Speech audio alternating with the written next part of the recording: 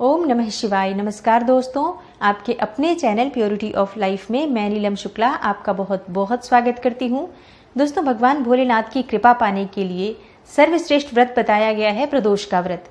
शास्त्रों के अनुसार इस व्रत को जो भी मनुष्य धारण करता है और शाम को प्रदोष काल में भगवान भोलेनाथ की और माता पार्वती की पूजा आराधना करता है, उसके समस्त प्रकार के दुखों का और कष्टों का निवारण हो जाता है और समस्त प्रकार की जो कामनाएं होती हैं भगवान भोलेनाथ और माता पार्वती की कृपा से अवश्य ही पूर्ण होती है।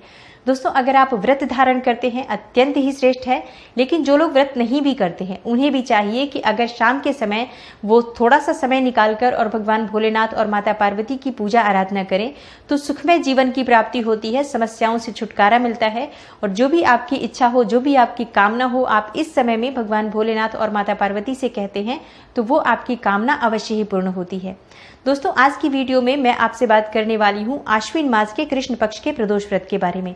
आश्विन मास के कृष्ण पक्ष के प्रदोष व्रत की तिथि कब प्रारंभ होगी, कब समाप्त होगी, व्रत हमें कब करना है, पूजा का यानी कि शाम को प्रदोष काल की पूजा का शुभ मुहूर्त क्या होगा और आज हमें भगवान भोलेनाथ की कृपा पाने के लिए किस प्रकार से उनकी पूजा आराधना करनी चाहिए। इसके अलावा 5 बहुत ही अचूक, बहुत ही सरल उपाय मैं आपसे शेयर करने वाली हूँ धन प्राप्ति के लिए और संतान प्राप्ति के लिए, शीघ्र विवाह के लिए या मनचाहा जीवन साथी प्राप्त करना चाहते हैं, समस्याओं से मुक्ति पाना चाहते हैं तो समस्त प्रकार की समस्याओं से मुक्ति पाने के लिए आज की वीडियो में मैं आपसे उपाय शेयर करने वाली हूँ। वीडियो को पूरा जरूर देखिए और अगर आपको आज की वीडियो अच्छी लगे तो लाइक भी कीजिए, शेयर भी कीजिए फैमिली फ्रेंड्स के साथ। और चैनल पर पहली बार आए हैं, अगर अभी तक आपने मेरे चैनल को सब्सक्राइब नहीं किया है तो चैनल को सब्सक्राइब करके बेल बटन को जरूर प्रेस कर लीजिए। इससे ये होगा कि इस तरह की सभी वीडियोस की नोटिफिकेशन आपको सही समय पर प्राप्त हो जाएगी। दोस्तों, बात करें प्रदोष व्रत के महत्व के बारे में तो इस व्रत को विशेषकर संतान प्राप्ति के लिए दंपत्ति करते हैं। भगवान भोलेनाथ को समर्पित होता है ये व्रत। तो इस व्रत को संतान प्राप्ति की कामना से करने से शीघ्र ही उत्तम और योग्य संतान की प्राप्ति होती है। लेकिन आप किसी भी कामना से इस व्रत को धारण कर सकते हैं, जैसे कि मनचाहा जीवन साथी चाहते हैं, शीघ्र विवाह की कामना है, अखंड सौभाग्य चाहते हैं, सुखद दाम्पत्य जीवन की कामना है, धन की कामना है, कर्ज से मुक्ति चाहते हैं और समस्याओं से मुक्ति चाहते हैं। सभी प्रकार की कोई भी समस्या हो आपकी, अगर आप उनसे शीघ्र ही मुक्ति चाहते हैं तो प्रदोष का व्रत धारण करें। या नहीं धारण करना चाहते हैं तो सिर्फ शाम के समय प्रदोष काल में भगवान भोलेनाथ की, माता पार्वती की आराधना करें तो आपके जीवन से समस्त समस्याएं समाप्त होती हैं और आपकी कामना चाहे कोई भी हो, अगर इस समय में हम भगवान भोलेनाथ की आराधना करते हैं तो हमारी कामना अवश्य पूर्ण होती है। किस प्रकार से पूजा करें, अगर हम व्रत धारण करते हैं तो या व्रत नहीं करते हैं तो भी आज के दिन हमें किस प्रकार से भगवान भोलेनाथ को प्रसन्न करने के लिए पूजा करनी चाहिए। देखिए, प्रदोष के दिन प्रातःकाल जल्दी उठ जाएं, स्नान इत्यादि करने के बाद भगवान भोलेनाथ के सामने शुद्ध घी का दीपक प्रज्वलित करके व्रत का संकल्प ले लीजिए। अगर आप व्रत करना चाहते हैं तो व्रत धारण कर रहे हैं जिस भी कामना से, वो कामना भगवान भोलेनाथ और माता पार्वती के सामने कहिए। उसके बाद आपके व्रत की शुरुआत हो जाती है। मंत्र जप कर सकते हैं आप ओम नमः शिवाय का, या फिर शिव चालीसा का पाठ करें, शिव सहस्त्र नाम का पाठ करें। इस प्रकार से भगवान भोलेनाथ के मंत्र का, स्तोत्र का पाठ आज आपको करना चाहिए। दिन भर व्रत धारण करें और शाम के समय फिर से भगवान भोलेनाथ की पूजा की जाती है प्रदोष व्रत में, प्रदोष काल के समय में। तो संध्या के समय जो पूजा अर्चना की जाती है वो विशेष रूप से बहुत महत्वपूर्ण होती है, क्योंकि शास्त्रों के अनुसार इस समय में भगवान भोलेनाथ शिवलिंग में साक्षात विराजमान होते हैं। तो जब हम इस समय भगवान की आराधना करते हैं तो हमारे मन की चाहे जो भी कामना हो अवश्य ही भगवान भोलेनाथ पूर्ण करते हैं। तो आप व्रत करते हैं तब भी, नहीं करते हैं तब भी इस समय को व्यर्थ न गंवाएं और भगवान भोलेनाथ की पूजा अवश्य कीजिए, माता पार्वती की पूजा अवश्य कीजिए। आज मंदिर जाकर पूजा करना बहुत श्रेष्ठ होता है। अगर आपके घर के आसपास कहीं भी शिवालय हो, जा सकें आप तो जाकर शिवलिंग का अभिषेक करना और शिवलिंग पर उनकी प्रिय वस्तुएं अर्पित करना, जैसे कि भांग, धतूरा, बिल्वपत्र, और भगवान भोलेनाथ का अभिषेक करके वहीं खड़े होकर मंत्र जप करना, ये बहुत श्रेष्ठ होता है। तो आज ज़्यादा से ज़्यादा भगवान शिव की शक्ति की आराधना में अपना समय व्यतीत करना चाहिए, जिसका बहुत ही श्रेष्ठ लाभ आपको प्राप्त होता है। शाम के समय बहुत से भक्त व्रत का, जैसे कि अन्न खाकर भोजन करके और व्रत खोल लेते हैं, लेकिन अगर आप शाम को अन्न ले रहे हैं तो मीठा अन्न लेना चाहिए। और अगर बहुत से भक्त ऐसे होते हैं जो व्रत अगले दिन खोलते हैं, यानी कि इस व्रत का नियम यह है कि शाम को फलाहार करें, दिन में निर्जल रहें और इसके साथ ही व्रत का पारण जो होता है वो अगले दिन करना चाहिए। लेकिन जिस प्रकार से आपने इस व्रत को शुरू किया है, फलाहार के साथ भी आप इस व्रत को कर सकते हैं अगर आप पूरे दिन निर्जल नहीं रह पाते हैं तो। अब जानते हैं कि प्रदोष व्रत कब है, तिथि कब प्रारंभ होगी, कब समाप्त होगी और व्रत हमें कब धारण करना है, प्रदोष काल की पूजा का शुभ मुहूर्त क्या है। देखिए, इस बार की त्रयोदशी तिथि जो है वो रविवार को रात में 10:29 से प्रारंभ हो रही है, यानी 3 अक्टूबर के दिन।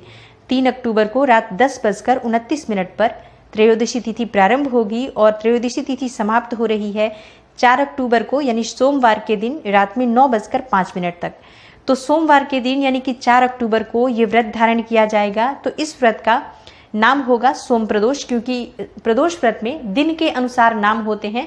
जिस दिन प्रदोष व्रत होता है उसी दिन के अनुसार उसके नाम हो जाते हैं। तो इस व्रत को हम सोम प्रदोष कहेंगे और सोम प्रदोष बहुत महत्वपूर्ण हो जाता है, क्योंकि सोमवार का दिन भगवान शिव की आराधना के लिए ही होता है समर्पित। और आज त्रयोदशी तिथि का पड़ना अपने आप में एक बहुत ही दुर्लभ संयोग है। तो आप आज के दिन पूरे सच्चे मन से भगवान शिव की शक्ति की आराधना कीजिए, मंत्र जप कीजिए और शाम के समय विशेष रूप से प्रदोष काल में अगर संभव हो तो मंदिर जाकर पूजा करें तो ज्यादा श्रेष्ठ होगा। मंदिर नहीं जा सकते हैं तो आप अपने घर में भी भगवान शिव की पूजा कर सकते हैं। मिट्टी का शिवलिंग बनाकर या फिर शिव परिवार की फोटो रखकर भी आप पूजा कर सकते हैं। शाम की पूजा का शुभ मुहूर्त क्या होगा ये जान लेते हैं।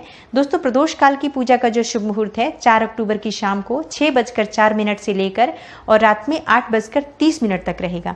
तो इस शुभ मुहूर्त में आपको शाम को पूजा करनी है। शाम का गोधूली वेला का समय जो होता है वो प्रदोष काल का समय कहलाता है। दोस्तों, अब जानते हैं कि सोम प्रदोष के दिन भगवान भोलेनाथ की कृपा पाने के लिए, अपनी कामनाओं को पूर्ण करने के लिए कौन से विशेष उपाय करने चाहिए, कौन सी विशेष वस्तुएं भगवान भोलेनाथ को हमें अर्पित करनी चाहिए। देखिए, अगर आपको धन प्राप्ति की कामना है, कर्ज में डूबे हुए हैं, समस्याओं से घिरे हुए हो, आर्थिक रूप से आप बहुत अधिक परेशान हैं, न तो धन का आगमन होता है आपके घर में और अगर धन घर में आ जाए तो टिकता नहीं है, किसी न किसी व्यर्थ कार्य में खर्च हो जाता है और हमेशा आप अभाव की ही स्थिति में रहते हैं। तो ऐसे में आज के दिन प्रदोष काल में शाम के समय भगवान शिव का अभिषेक करें और शिव का अभिषेक आप किसी भी द्रव्य के द्वारा कर सकते हैं उपलब्धता के अनुसार। अगर आपके पास कच्चा दूध हो तो केसर मिश्रित करके भगवान भोलेनाथ का अभिषेक कीजिए उसमें, और कच्चा दूध ना हो आपके पास तो ऐसे में आप जल में भी केसर मिलाकर भगवान भोलेनाथ का अभिषेक कर सकते हैं। शुद्ध जल, गंगा जल मिलाकर और इसमें थोड़े से केसर के धागे डालकर भी अभिषेक कर सकते हैं। अगर ये भी ना उपलब्ध हो तो आप सिर्फ जल द्वारा, गंगा जल के द्वारा भगवान भोलेनाथ का अभिषेक कीजिए और 21 बिल्वपत्र लीजिए। आप बिल्वपत्र खंडित न हो इस बात का ध्यान रखिए। 21 बिल्वपत्र होने चाहिए और सभी बिल्वपत्र पर आप राम राम राम लिखें। हर पत्ते पर आपको राम लिखना है और ओम नमो भगवते वासु ओम नमः शिवाय का मंत्र जप करते हुए आपको ये सभी बिल्वपत्र एक एक करके भगवान भोलेनाथ को अर्पित करने हैं।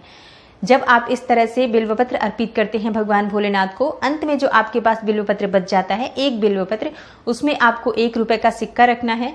इसके साथ ही आप उसमें थोड़े से अक्षत, थोड़े से सफेद पुष्प रख के और उसके साथ ही आपको अपनी मनोकामना कहनी चाहिए। उसे हाथ में लेकर आप अपने मन की जो भी इच्छा है, जो भी परेशानी है आपके जीवन की, वो कहिए और उसके बाद वो बिल्वपत्र भगवान भोलेनाथ को अर्पित कर दीजिए।